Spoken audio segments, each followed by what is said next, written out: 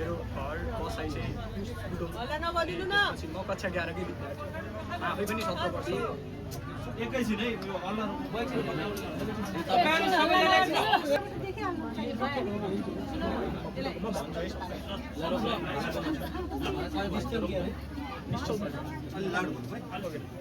सम्पूर्ण नमस्ते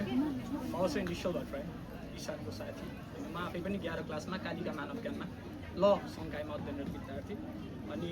मैले ईशानसँगको मेरो मित्रता भनेको ईशान आफैमा खेलाडी अनि लास्ट टाइम हाम्रो ट्राफिक चोकमा कभर हल छ त्यहाँ गेम खेल्न आउँदा उसलाई चिनेको त्यस पश्चात उसँग मेरो 3 चोटि मात्र भेट भएको छ कुराहरूलाई त्यतै राखेर चाहिँ मैले यही विषयलाई चाहिँ केन्द्रित गरेर केही कुरा राख्न चाहन्छु आज बिहान प्रहरीलाई भर्खर अङ्कलसँग कुरा भएको थियो तर अङ्कलसँग त्यति कुरा हुँदा चाहिँ त्यति चाहिँ मजाले उहाँले डिस्क्राइब नगरिदिइसकेपछि म आफै गएँ उहाँसँग किनकि आफूले पनि कानुन पढिरहेको विद्यार्थी मजाले चाहिँ के रहेछ भनेर बुझ्दै जाँदा प्रहरीको प्रारम्भिक रिपोर्ट आइसकेको छ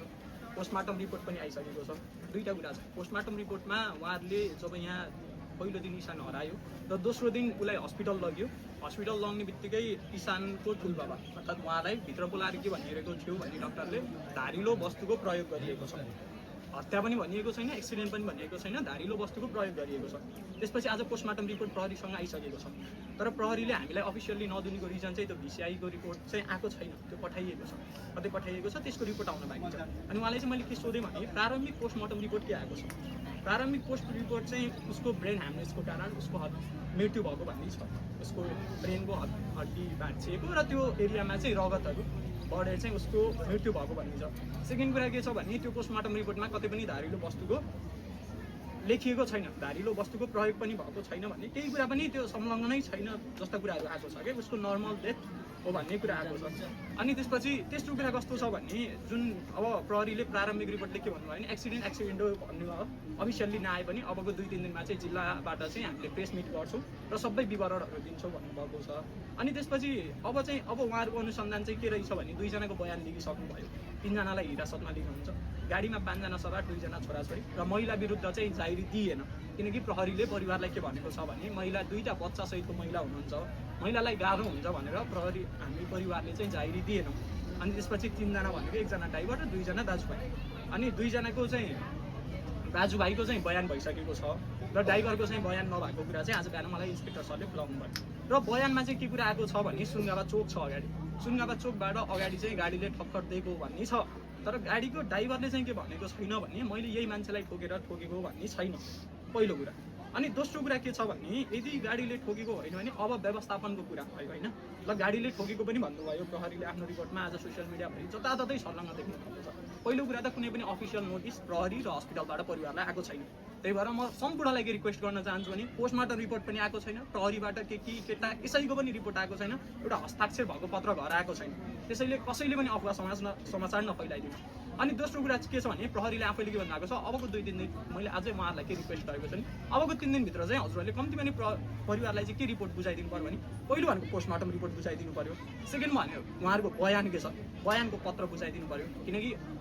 जेलमा राखिसके उहाँहरूलाई चाहिँ हिरासतमा राखिसकेपछि 25 दिनमा उहाँहरूले पेशी गर्नुपर्छ कम्ती भने आज 9-10 दिन भइसक्यो उहाँहरूलाई भित्र राखेको अब उहाँहरूसँग जम्मा 18 दिन छ 18 दिन चाहिँ उहाँहरूले अनुसन्धान गर्नुहुन्छ त्यसपछि अबको 2 दिनभित्र पोलिग्राफी टेस्ट भन्नुभएको छ 17 गते आज 15 गते भयो 17 गते गर्छौँ त्यसपछि रिपोर्ट आउँछ र सत्य तथ्य प्रमाणित हुन्छ भन्नुभएको छ अनि दोस्रो कुरा के छ भने उहाँहरूको बयानमा लासको व्यवस्थापनको कुरा आएको छैन यदि एक्सिडेन्ट भएको हो भने त्यो प्रकृति हेर्दा जसरी उसको नालीभित्र लास राखिएको छ त्यस अन्तर्गत चाहिँ के हुनुपर्छ नि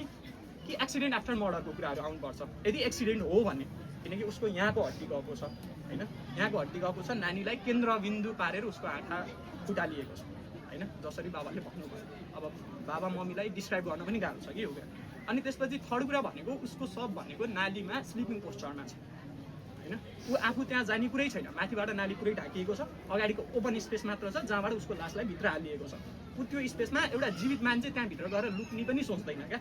होइन अनि थर्ड थिङ भनेको त्यो गाडी चाहिँ लगभग 42 साँझको 7:42मा गाडी सुनगावा चोकको सिसिटिभीमा देखिएको छ अनि 7:44मा यतापट्टिको सिसिटिभीमा देखिएको छ होइन 2 मिनटको टाइमिङ छ अनि त्यसपछि ईशान चाहिँ के छ भने ईशानलाई चाहिँ 7:30तिर जुन साथीसँग थियो साथी चोकबाट उतापट्टि गयो ईशान दौडेको पोस्टरमा देखिएको छ सिसिटिभी होइन अनि जहाँबाट दौडिएको छ त्यहाँबाट अगाडि पुरै घर छ अगाडि जाँदा देख्नु होला सुनगावा चोक एउटा खाली स्पेस पनि छैन क्या एउटा हुन्छ नि त खाली स्पेसमा ल एक्सिडेन्ट भएर चाहिँ लुकायो भन्ने ठाउँ पनि छैन। अनि त्यसपछि भन्न खोजेको मैले के भनेको भने यदि एक्सिडेन्टको प्रकृति हुन्थ्यो भने साँझको 7 बजे लगभग 7:30 7:45 को समयमा त कोही पनि सुत्दैन नि त, आम नागरिक घरभित्र हुन्छ। एक्सिडेन्ट भएर त्यत्रो व्यवस्थापन गरन्जरी मान्छेले थाहा पाउँदैन। दोस्रो कुरा, यदि एक्सिडेन्ट हो भने रगतको छित्र किन बाटोमा छैन? ल रगतको छित्र पनि छोडिदिनु, उसको यहाँ लागेको थियो ल गाडीले, त्यो पनि मान्दै हामीले परिवारले। तर यदि उसको एक्सिडेन्ट भएको भने उसको हेयरको एउटा स्याम्पल पनि भेटिएको छैन, केही पनि भेटिएको छैन। अनि मोबाइल अर्को दिन कसरी आउँछ? किनकि जबकि उसको जुत्ता त्यही अघिल्लो दिन भेटिएको छ, सबै कुरा भेटिएको छ, मोबाइल अर्को दिन आएर कसरी भएछ? सो म के भन्न चाहन्छु भने यो कतैबाट पनि एक्सिडेन्ट हुँदा पनि होइन, यो हत्तै हो होइन, कसैले प्री प्लान मर्डर नै भन्छु मलाई, म यत्तिकै नै भन्छु। अनि दोस्रो कुरा, ईशानको नेचर सोध्नुहुन्छ भने ईशान एकदम फ्रेन्डली मान्छे हो, मैले आफैले पनि 9-10 महिना भयो उसलाई मजाले चिनेको। अनि आज मलाई दुःख लाग्छ उसको साथीहरू यहाँ कति समितिमा थियो, ऊ 7 वर्षको बच्चासँग पनि मिल्न सक्थ्यो भने 27 वर्षको युवासँग नि मिल्न सक्ने प्रकृतिको मान्छे। गेम खेले पनि त्यो एग्रेसिभ, त्यो रिस दा भन्ने उसलाई कदापि थिएन। घर परिवारको जिम्मेवारी बुझेको थियो, बाबा आफै बिरामी हुनुहुन्छ, उसले टेक्वान्डो सिकाइरहेको थियो स्कुल लेभलमा, ऊ खुसी थियो। त्यो हत्या हुनुभन्दा 15 दिन अगाडि मसँगै इन्स्टाग्राममा उसँग कुरा भएको थियो। अनि उसको सेकेन्ड टर्म आउन लागेको थियो, एक्जाम भएपछि चाहिँ म बुक लाउँछु भन्नेसँग कुरा भएको थियो। र यो भइसकेपछि मैले 3 दिनपछि थाहा पाएँ। अनि यहाँ आइसकेपछि नि लास्ट टाइम पनि उहाँहरूसँग आएँ, आजसँग प्रहरीसँग गएर भन्दा प्रहरीले के भन्नुभएको छ भने अब बयान बाँकी छ, पोलियोग्राफी टेस्ट पनि बाँकी छ। र अनि मैले उहाँहरूलाई के सोधेँ, यदि प्रहरीको पोलियोग्राफी टेस्ट आएपछि पनि उहाँहरू सत्य बोल्नु भएको छ भने यसलाई कसरी अनुसन्धान गर्नुहुन्छ भन्ने कुरा त कि अब पछिका कुरा हुन् भन्नुभयो। अनि त्यसपछि म सम्पूर्णलाई चाहिँ के आग्रह गर्न चाहन्छु, अफवाह न्युजहरू नफैलाइदिनु, केही जान्नु छ भने मजाले सोध्नु। प्रहरी प्रशासनदेखि लिएर सबैजनाहरूलाई हामीले जे हो सबै बुझाइदिएका छौँ। अनि यत्रो दिन हुँदा पनि आज 15 दिन बितिसक्दा पनि एउटा औपचारिक एउटा ल यो तरिकाले हो है भन्ने तरिकाले पनि एउटा निर्णय नआइसकेपछि कस्तो हुन्छ भने परिवारले पनि अब हामीले उसको शवलाई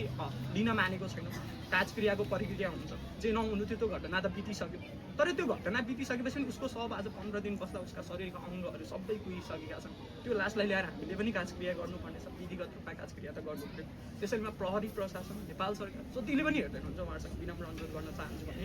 यो एउटा ईशानको कुरा मात्र होइन होइन, हामी विद्यार्थी हो, म आफै 11मा पढिरहेको विद्यार्थी हो, यहीँ घर अगाडि कुनै पनि मसँगैको साथीको हत्या भएको लास देखिन्छ भने समाजमा कुन त्रास चाहिँ त्यो मान्छेले पैदा गर्न खोजेको हो। र उसलाई प्रहरी प्रशासनसँग निष्पक्ष रूपमा नि डर छैन। जसरी अघि हाई प्रोफाइलको कुरा गर्नुभयो, म 50 देखि 75% हाई प्रोफाइल केस हो नै भन्छु। किनकि हुन्थेन भने यत्रो समाजको बिचमा नालीमा ल्याएर राख्नुपर्ने जरुरत के थियो? यत्रो जङ्गल एरिया हो नि त यो, हाइयो एरिया होइन नि त यो। हेर्नु 75% यो एरिया भनेको जङ्गल एरिया कभर छ। यदि नर्मल मान्छेले यदि उसले एक्सिडेन्ट आफ्टर मर्डर गरेको भए, यदि त्यो गाडीले हानेको भए उसले जङ्गलतिर लएर फाल्थ्यो नि, ऊ यहाँको मान्छे पनि हो, त्यो पनि छ। धेरै कुराहरू छन्, क्वेसनमाथि क्वेसनहरू छन्। म त्यही भएर के भन्छु भने प्रहरी प्रशासनलाई निष्पक्ष रूपमा एउटा ईशानको लागि मात्र होइन, हामी सम्पूर्ण देशभरिका विद्यार्थीहरूलाई एउटा सुरक्षाको माहौल खडा गरिदिनु। दिन प्रतिदिन घटनाहरू बढिरहेका छन्। अझै पनि निर्मला पन्तको 7 वर्षको केस मुद्दिएको छैन। त्यस्तै गरी मेरो साथीको केस पनि 7 वर्षसम्म नलम्बियोस्, यही बिन्ती गर्न चाहन्छु। परिवारलाई आफ्नै दुःख छ। त्यही भएर सम्पूर्ण मिडियाकर्मीहरू जति पनि कन्टेन्ट क्रिएटरहरूलाई पनि के भन्न चाहन्छु भने परिवारलाई त्यो घाउमाथि चुक नुन लगाइदिने काम नगरिदिनुहोस्। यो घटनालाई निष्पक्ष रूपमा जे आउँछ त्यही कुरा मात्र पत्याउनुहोस्, अरूको लागि नपत्याउनुहोस्। त्यही छ भने भन्नुहोस्। अहिलेको लागि चाहिँ यति नै राख्न चाहन्छु।